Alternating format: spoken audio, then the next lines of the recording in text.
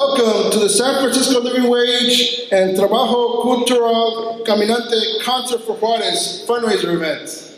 Tonight, we hope you enjoy the concert, but at the same time, we're going to have some great speakers that discuss more on the issues that are affecting workers in Mexico, and it's definitely affecting here in the United States. Now, I'm going to bring my other co-host to the stage, Nancy Esteva. De que estemos aquí unidos para tomar un poco de información de lo que nos está pasando aquí en la misión, aparte de lo que está pasando en todo el país, ¿verdad? Pero nosotros en Living Wage nos queremos organizar para que sepan que nosotros sí vamos a estar organizados para cuando venga la migración aquí, que vamos a estar preparados, que nos vamos a estar uniendo con otros lugares. Y nosotros tengo una cosa muy importante que tengo que anunciar, es que van a pasar al rato una tarjeta en la que dice que sí nos estamos resistiendo a la migra, ¿verdad? Y toda esa información las van a colectar para pasárselas al City Hall. Y eso es todo. Estamos teniendo unos talleres para educar a las personas sobre qué es lo que está pasando y cómo responder en caso de que la migración llegue a la casa.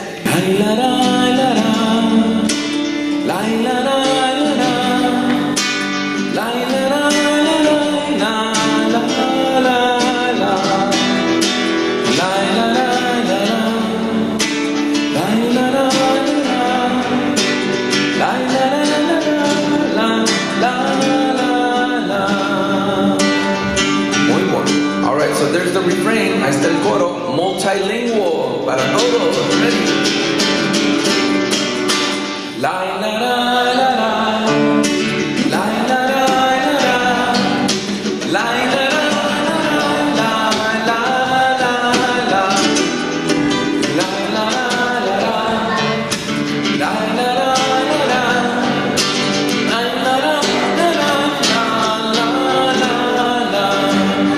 we are the power of the river. We are the rain within the storm. We are the force beneath the ocean. We are the power. Todos. La la la la la, hey ay oh, la la la la la, hey ay, la la la la la, la la la, la la la la, hey, la la la la, hey, la la la la.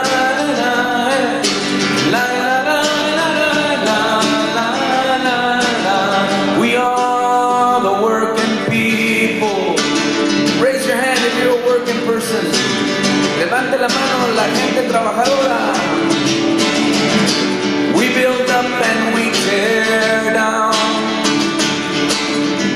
We hold the vision of the future that makes the world go round. La la la la la, todo.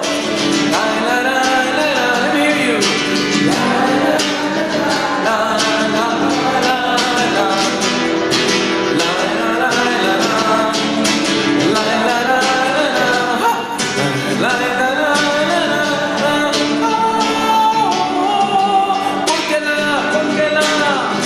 Porque la sangre no tiene frontera,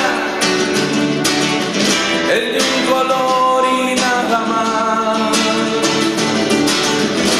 Se desperdicia en las guerras, pero la vida en el amor y en la paz. We are the working people. We are the rain within the storm.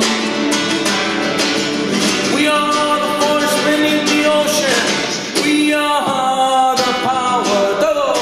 La la la la la. We are the power. La la la la la. We are the power. Eso. The power. La la la la la.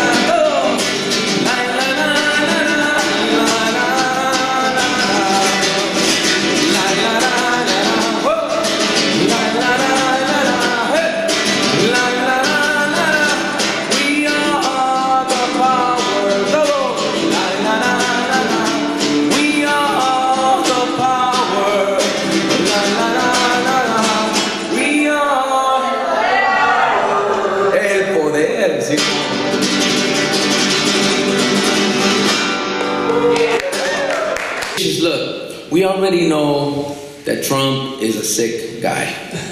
All right, I'm not gonna waste time. We already been angry enough with all the idiocies he's done. We know he's sick. The bus driver's drunk, we're all on the bus. We're not gonna kill him, we're gonna crash. We'll crash, right? Our job is to get him off that bus, and he just simply represents what we have allowed to happen in this country. We have allowed the politicians and the capital, people with capital, to make of this country the drunk uncle of the world. The drunk uncle of the human family that jumps into the living room, breaks the lampshade, jumps into the kitchen, breaks the table, screams at everybody, and runs out on his binge. That's what we have allowed to happen.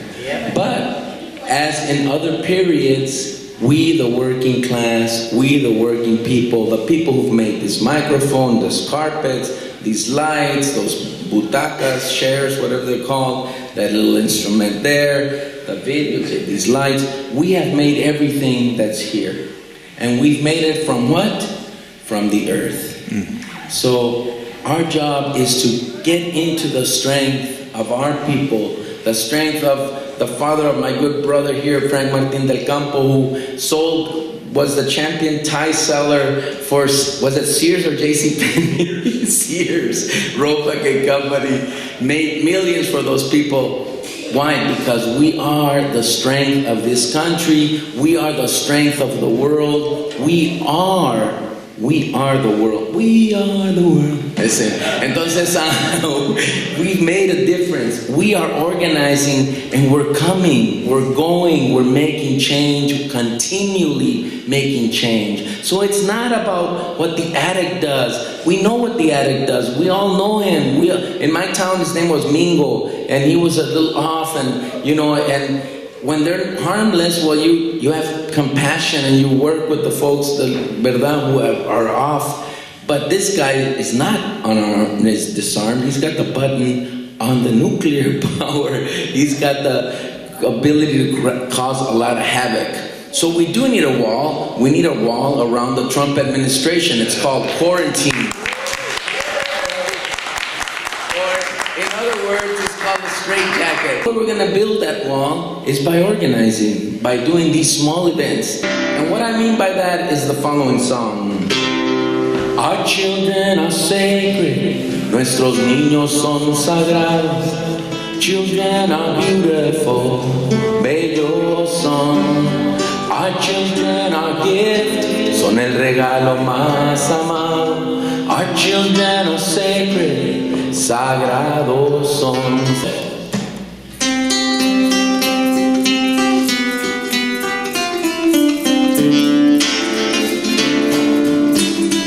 Our children are sacred, nuestros niños son sagrados. Our children are beautiful, bellos son. Our children are gifts, son el regalo más amado. Our children are sacred, sagrados son. Let me hear you. Our children are sacred, nuestros niños son sagrados. Our children bellos son. Our children son el regalo más amado. Our children are sacred, sagrados son. Y aquí están cruzando fronteras, y aquí están trayendo la verdad. Son la voz de Dios y nuestra conciencia, pues por la violencia cruzando están. Our children are saved, nuestros niños son sagrados. Our children are beautiful, bellos son. Our children are gifts, son el regalo más amado. Children are sacred, sagrados son. Yeah, now here they come, eyes wide open to the violence we have caused. They come bearing gifts for a better tomorrow, healing the sorrow, opening heart. Ready?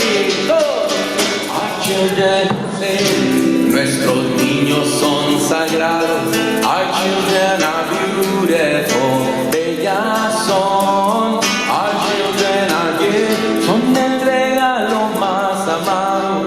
Our children are sacred, sagrados son.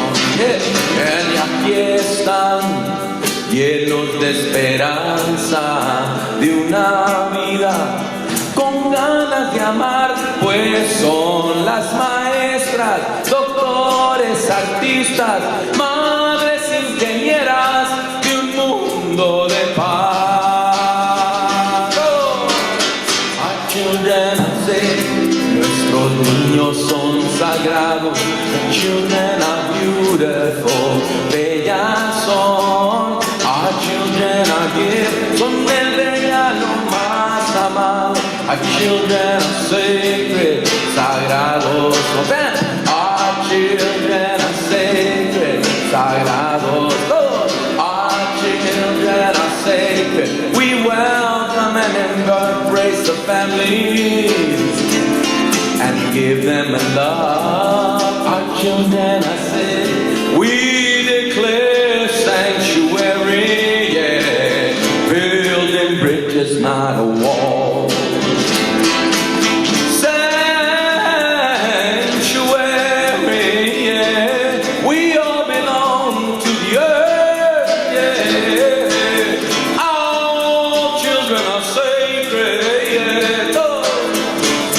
Sagrados son, vamos, sagrados son, sagrados son, otra vez,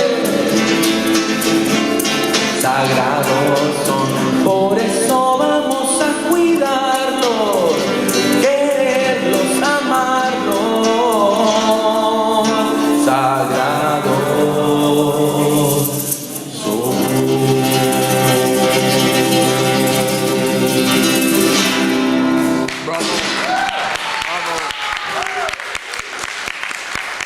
So I want to invite my good friend Alice, who's got a wonderful poem. I wrote this poem for a project about women's labor history. I just happen to have it with me. And it's called Merging. In Valerian books, I find old union documents. Once there was a women's local, the Women's Bindery Union. Finishing books, open a spine, open fading pages of a 1937 agreement. In 1917, the men and women's locals merged into one. In 1917, women didn't have the federal vote. In 1917, they said men would take care of the family. If one merges into one, becomes the same, one would think equal, but the cards in the women's game are eights, not aces. Half votes, less pay. Men per week, $51. Women per week, $25. Man apprentice, first month, $13. Second, $22. Third, $30. But woman apprentice, first month $10, second $18, and third $21.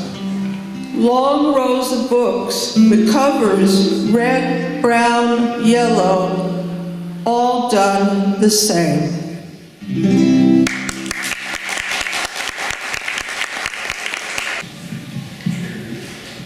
I would like to introduce to the stage right now to speak on the issues here affecting immigration workers here in the United States, David Bacon.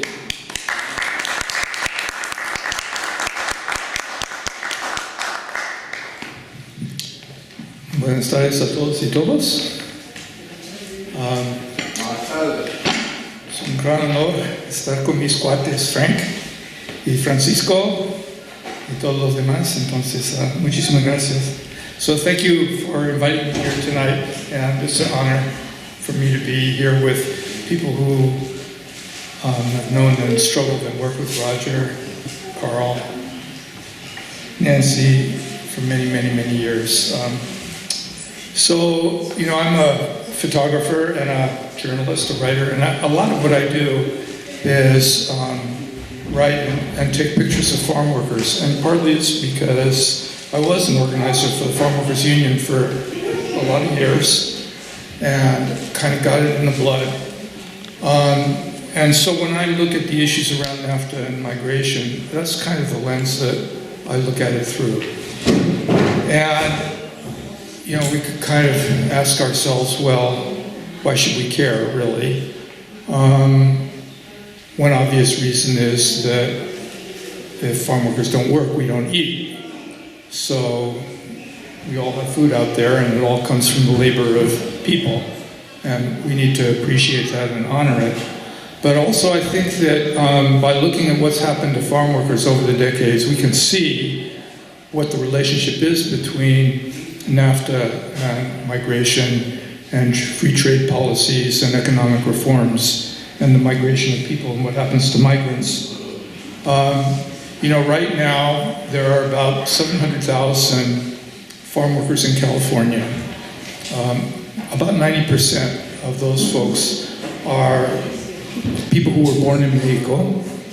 About another 7% were born in Central America, and the rest of them were people who were born here. In other words, almost everybody that works in the fields is a migrant. Somebody came here from somewhere else. At the end of the 2000s, 2008, 2009, 2010, 40% of the workers in California, farm workers in California, were people who had arrived that same year that they did the survey. That's an enormous number of people, you know, hundreds of thousands of people who just came across the border and immediately found work in the fields. So this has a long history. You know, here we are in San Francisco, and right up the street on Dolores Street is Mission Dolores, right? And what was Mission Dolores? It was one of the first agricultural enterprises in California in which the Spanish priests enslaved the native people who were here and turned them into a slave workforce for producing agricultural goods, fruits and vegetables. The Presidio here, the food that fed the soldiers in the Presidio came from the mission and came from the labor of those people. So all I'm saying here is that exploitation and the conditions that we associate with farm work, they go back a long ways. It didn't just happen yesterday. But more recently, you know, California and the United States, well, let me ask you, we all called Obama the deporter-in-chief, right? Yeah. Okay. What was the year in which the United States deported the most people? 2000. Anybody want to give a guess? 2000? 2008. Oh, 2008? 2011. 2011? 2017. How about 1954? 1954, the United States deported over 1 million people. Over 1 million people. And that same year, growers imported 450,000 braceros. So think about that. You know, it wasn't just pushing out undocumented people. In fact, they had an expression in those years that was called, it was a really terrible expression, but it was called drying out the wets. And what it meant was that the immigration authorities would deport Mexican farm workers down to the border who were undocumented, and there they would be given bracero contracts and then sent right back up into the fields where they worked for the same grower. In fact, you know the song Deportee? You know the Woody Guthrie song? It's about a plane that's carrying people back down to the border where they're going to be, again, sent back as braceros. That went down and people were killed. So, 1964, the bracero program ended. Why? Because Ernesto Galarza, Bert Corona, Cesar Chavez, Dolores Huerta, and the Chicano civil rights movement were able to put enough pressure on Congress to make it stop because it was such an exploitive and abusive program. But they didn't stop there. 1965, they passed what was probably the best immigration law that we've ever had in this country, which is the one that set up family preference system. Now, I know people are unhappy about that law now because they have starved it of visas, and now if you apply for a visa for your brother and sister in Mexico City, you're going to wait 22 or 23 years before the visa ever comes through. But the intention was to have an immigration policy that would support our families and our communities instead of labor for the growers. That was the idea. And we won it. We won it. And that was the law that governed U.S. immigration. And that's what when Trump says he wants to end the family preferences and he wants merit-based migration, what is he saying? He's saying, let's go back to the old system. Let's go back to the Bracero program. Let's stop family reunification. Who cares about families? For a man whose policy, and it's not just him, I mean, Obama did it too, where the policy is to deliberately separate women and children in order to threaten and punish people for crossing the border and scare people in their communities of origin so they won't come here. This is not somebody who has family values, right? This is not a policy that's based on family values. So that's what we fought for, and we won. And we had that for a while, and we still have the remnants of it.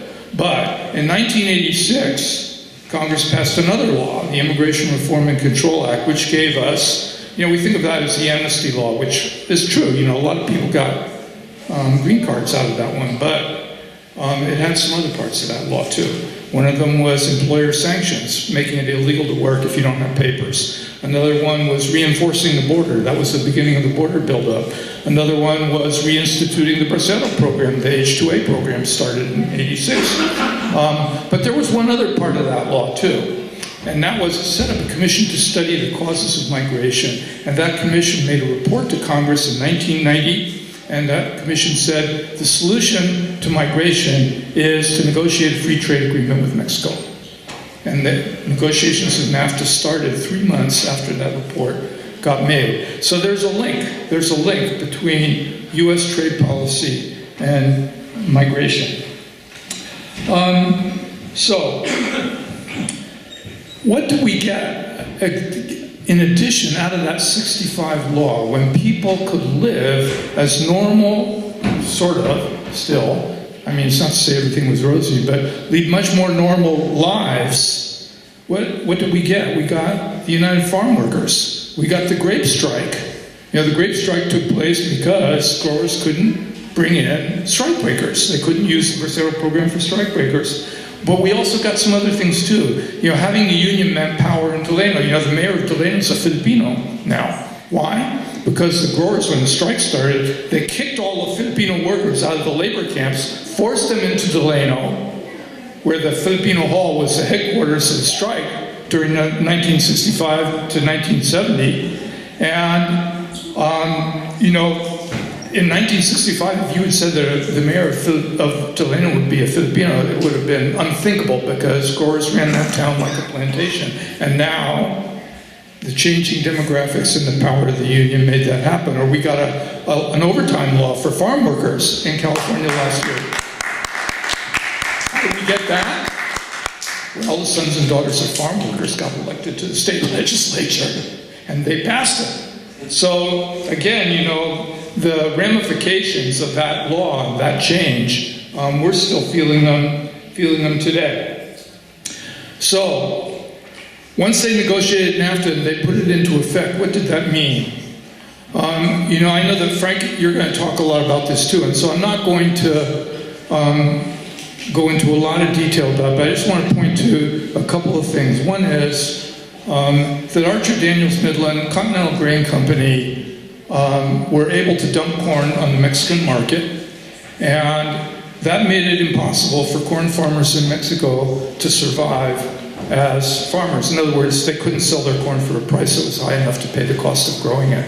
The irony is that the cultivation of corn started in Oaxaca.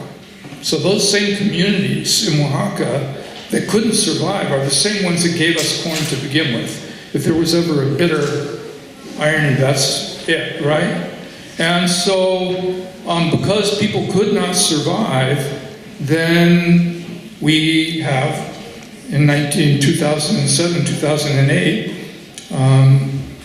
400,000 people in the fields in California who have come, a lot of them from Oaxaca, in fact, most of them from Oaxaca, as a result of what that treaty did. So the treaty produced migration, and it produced labor for the growers, but what was life like for people themselves? For people who came in 2007 and 2008, in fact, for people who came all the way through the NAFTA period, did people come with papers? No. The number of Mexican migrants living in the United States when the treaty went into effect was 4.5 million, and now it's 12.5 million. So that's a big increase. And 7 million of those people could not get papers. So it means that people had no legal status. And so now we have Trump in the administration, and it's not just him again, Obama before him, and Bush before him, and Clinton before him, basically implementing this policy of terror towards undocumented people. And so I want to end here by saying the same thing that Nancy just said, and that is that even though these are the economic forces at work, we can resist. And I think that we all know the example.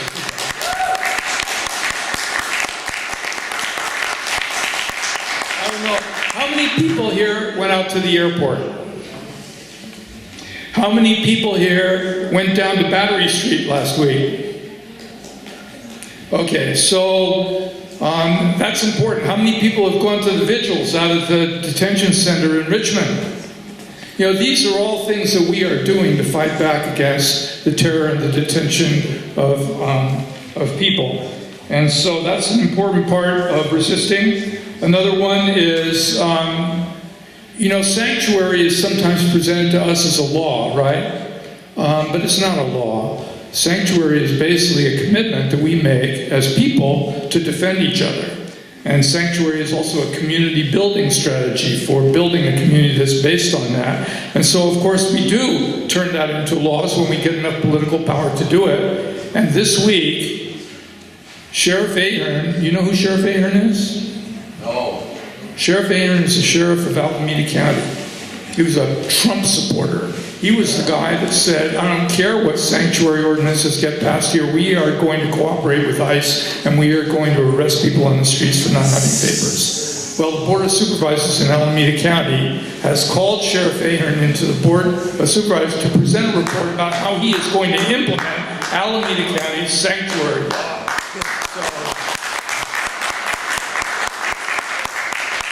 And if he doesn't say the right thing, well, we all know what's going to happen in the next election.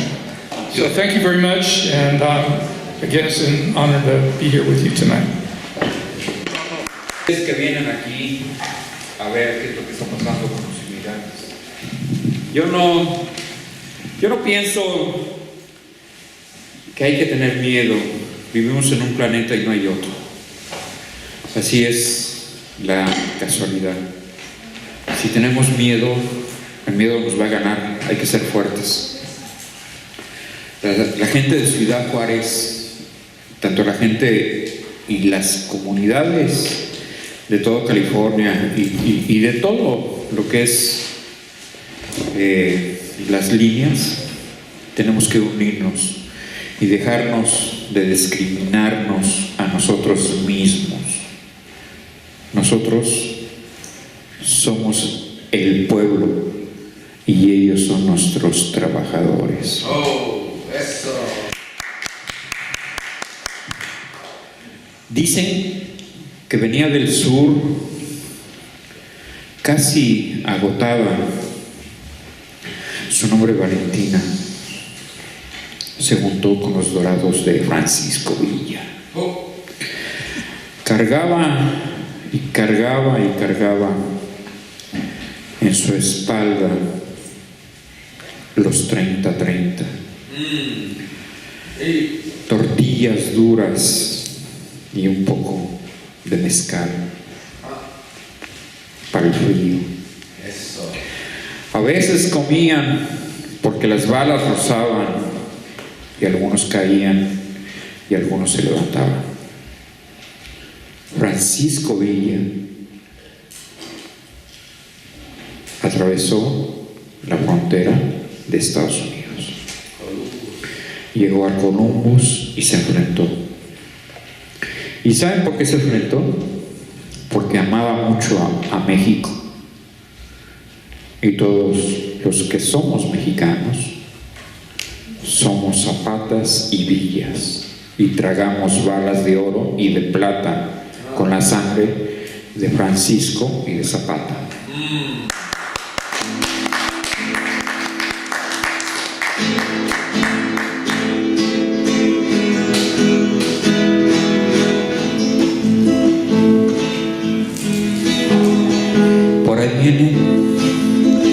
Por ahí vienen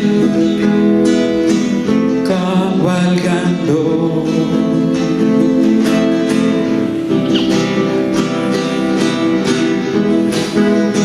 esos dorados de Villa.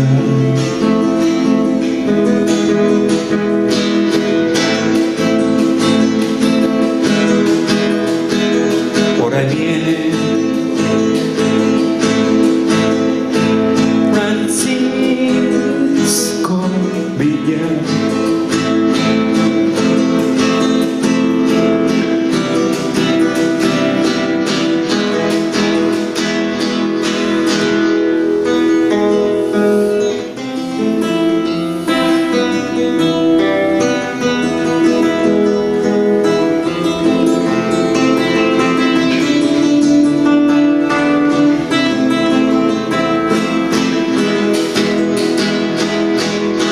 Francisco Villa.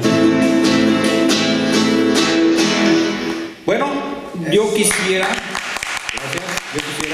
es tanto ahí el que yo cante, bueno, pues eso se lo dedico a la gente de Ciudad Juárez, y hay historias muy fuertes, la que me sucedió mucho tiempo atrás cuando el señor Carlos Salinas de Gortari, que traicionó a México, estaba haciendo su propuesta en el PRI, y de repente se agarraron a balazos los del partido del PRI con los del partido del PAN. Y nosotros estábamos en un debut con la señora Guadalupe Pineda por ahí, pero no hicimos caso.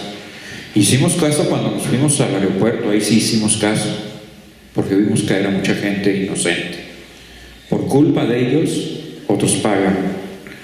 Y piensen exactamente que nosotros tenemos que estar más unidos todos los días. Todos los días nos tenemos que saludar, todos los días nos tenemos que decir: hola, ¿cómo estás? Buenos días. ¿Necesitas algo? ¿Te puedo ayudar en algo? Pero todos los días somos zombies con un teléfono celular. Ahí se los dejo de tarea. Bueno, no es una composición, no quiero interrumpir, pero voy a tocar algo de lo mío y con permiso.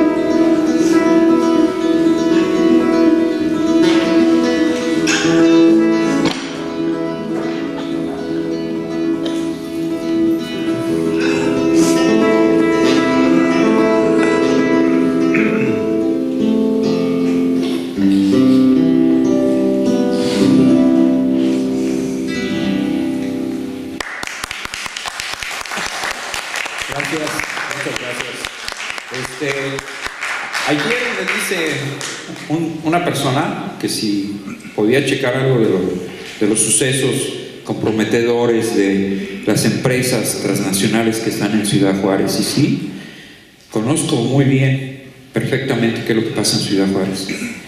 Fuimos a recoger a muchas personas, pero no las fuimos a recoger, las fuimos a desenterrar por ahí por los años de 1992.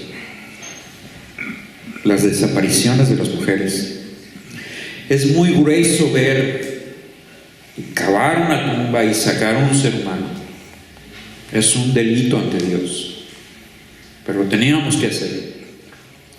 Y ante todos los que estamos alrededor, estamos comprometidos. Yo me comprometí en las caravanas culturales de La Paz, ayudando a los niños, dando las clases de música. pero también yendo a platicar con los jefes del narco para que nos dejaran sacar a los niños de los campos donde recogían la goma para hacer el opio. Y está grueso, está bien grueso, está bien cañón. Eso me sucedió por allá por Coajiculapa, Guerrero, en Arcelia, en lo que es entre Oaxaca y Guerrero. Está bien grueso. Créanme, lo que les digo es bien terrible. Se siente así uno con ganas de salir corriendo y ver a los niños desnutridos completamente y no ir a la escuela. Pero bueno, tuvimos que hacer eso.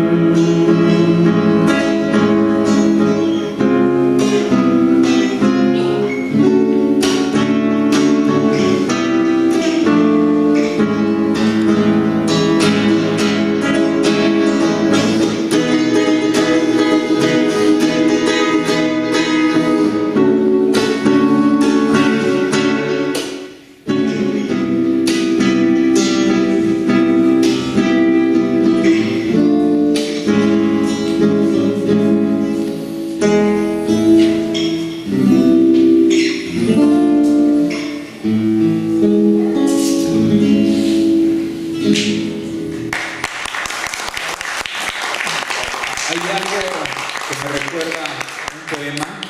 Nos estamos tomando unos tequilas rápidos, se los voy a contar, con mi primo Chepis, José Luis García, y un tequila para acá, y otro él para acá, y otro él. Oye, primo, ¿qué onda, primo?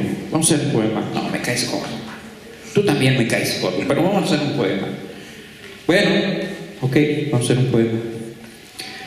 Pero quedamos en no ponerle música, ¿eh? Entonces me quito la guitarra.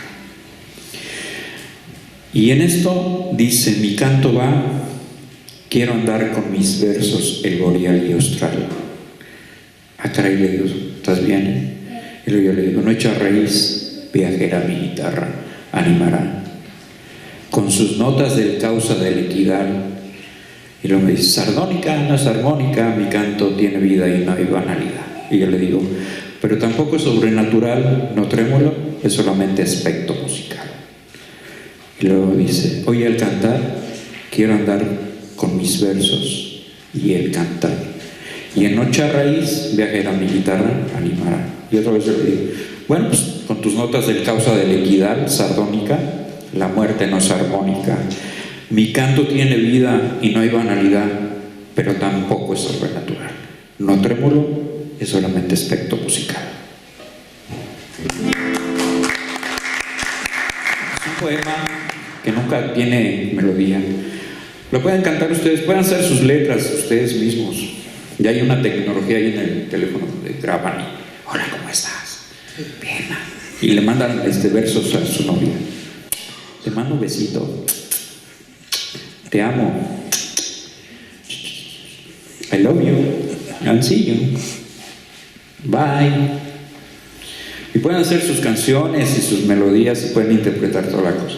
Bueno, me voy a despedir. Creo que por ahí viene otra gente. Hay que darle chance. Gracias. Me voy a despedir con eso.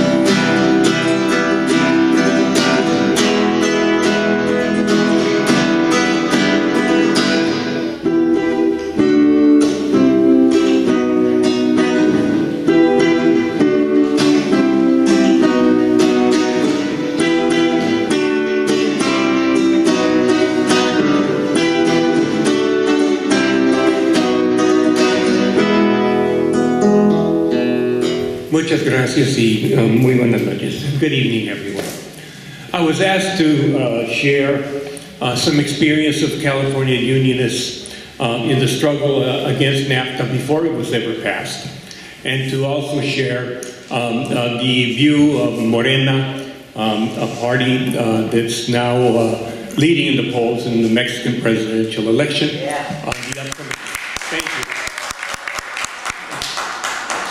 And that in itself is a great promise for the Mexican people, but also for the people of the United States.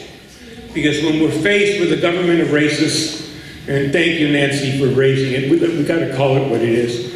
When we're facing a government which is organizing racists, right, which is the pivotal point of organizing hate, racism against, to scapegoat immigrants, we need allies. And when there is a pro-labor, pro-people government in Mexico, it serves the interest of the Mexican people for equality and democracy and sovereignty, but it also serves the interest of the North American people and all people who reside in the North Americas, because then we have an ally to be able to work with to defend our own interests at this critical time. But the subject at hand is the issue of the North American Free Trade Agreement, and what we have is available, I don't know if it's in print out here, but we have it available electronically, is a labor report that we made when we did a delegation of trade unionists that went to Mexico prior to NAFTA to discuss NAFTA with our unionists on the other side of the border and to solicit their views. What was most significant about this delegation was in the early 1990s was that Bush and Carlos Salinas de Gortari had just announced that there was going to be a free trade agreement. In this country, absolutely no one knew anything about the free trade agreement. Zip, nobody. It was a blurb on the screen. When we went to Mexico, everybody knew about it. El Bolero, the shoe shine guy, we'd asked him about NAFTA. He knew everything about it. Right? He knew the promises, and he knew the BS, and he had already figured it out by then. But the important part is what did the labor movement put forward at that time? The AFL-CIO stated before we left, the problems of poverty and economic development in both the U.S. and Mexico are too serious to be left to the interest of private capital. What did the Mexican unionists tell us? Well, their thoughts were that we need to organize a convention of all unionists in the North Americas, right? To speak about how we can protect labor's interest, working class's interest in each one of these countries. Regretfully, we were not, that view did not prevail, and while there were talks that were not sufficiently deep and rich and profound to be able to produce the kind of coordinated actions unions need to take on behalf of the workers and the people. In particular, ESME, then led by Jorge Sanchez, was pointing out that he was the one who was strongest around the issues, right, of having union unity and action on the matters, and he was the clearest. Significantly, ESME was a victim of privatization of the union, and it led a heroic struggle. The last point I'd like to mention here is that in our report that was written in the early 1990s, we suggested that dropping barriers to investments and creating a, quote, level playing field for trade and investment might also mean, for instance, privatizing publicly held companies or elimination of social welfare measures deemed to be uncompetitive. That's exactly what happened. That's exactly what happened. Did it happen only in Mexico? No. That's a neoliberal economic project that's happening throughout Latin America and which is being resisted by the countries of Latin America and will continue. The next question I would like to raise is a political question. Well, let me go to the agenda, the platform. I have here a platform of Morena, and it's significant because one of the things we point out, Morena es una organización política amplia, plural, incluyente y de izquierda, con principios, programa y estatutos. Morena is a political organization, broad, plural, inclusive, and left, with principles, programs, and statutes. The political program of Morena merits a review. For those that might wish to have a copy of this, I have one in Spanish. I can secure one in English. Please speak to Carl Kramer and we'll get them to you. The second point I'd like to raise is an article that came out in Politico in January of this year. And he raises a very good question. He raises here, Mexico's populace could mean trouble for Donald Trump. Right? And what this article was in Politico, it reviewed, right, the emergence of Andrés Manuel López Obrador as someone who would have a different kind of policy, a policy of the working masses and the policy of the Mexican people being primary. He's stated very clearly there's a preferential option for the poor. And we in Morena believe that that is so true that we are going to make sure that as we move forward, that this policy is the preferential option for the poor and is in fact the policies that are enacted should we win. Currently the polls are very favorable. Andrés Manuel López Obrador from Morena was, I think, 13 percentage points above the other two candidates. The other two candidates are Ricardo Anaya from PAN and Jonathan Meade, I believe, from PRI.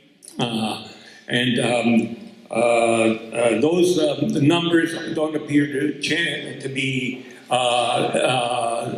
going to change, but let's talk about a persistent problem in Mexico before we wind up on the future that we may hope for. There's a persistent problem in Mexico and the U.S. here of fraud, election fraud. It happened in this country in the 2000s, right? That we know of. What we don't know is out there, but it happened in this country. But in Mexico, the stolen elections of 1998, the stolen election of 2006, the stolen election, although the margins were less narrow, in 2012, led those of us who were then in the better day to some tough conclusions, right? And that was we had to evaluate what the political process was about. And there was an evaluation that all of the political parties, all of those that were in the establishment in any way, shape, or form, were bought off or compromised by the existing system, including all the political parties that who claimed to be on the left. And it was that decision that was made in 2014 that we could no longer to be part of a system that was so corrupt, that was inherently corrupt, that had been challenged so many times and been defeated so many times. To continue operating in that system was just crazy. It was absolutely nuts. And there was a political decision that was made to remove ourselves from the political establishment as it is and to offer a program for change. That's what Morena does. It offers a program for change that is viable and is needed and is called for by the peoples of the world in resistance to the money class and their armies that follow them wherever they want. The ending of this short presentation will be along the lines of what Nancy and Francisco raised. One, let's call racism what it is. Let's call abuse what it is. let's quit being nice about it.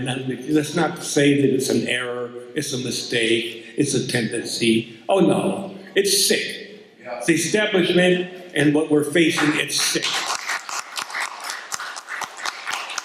And if we don't resist, we get sick. So by resisting, we stay healthy. And the very process of resistance means working with others. I, for one, would like to invite you tonight, those who may have an interest. We have forms to join Morena out in front, excuse me.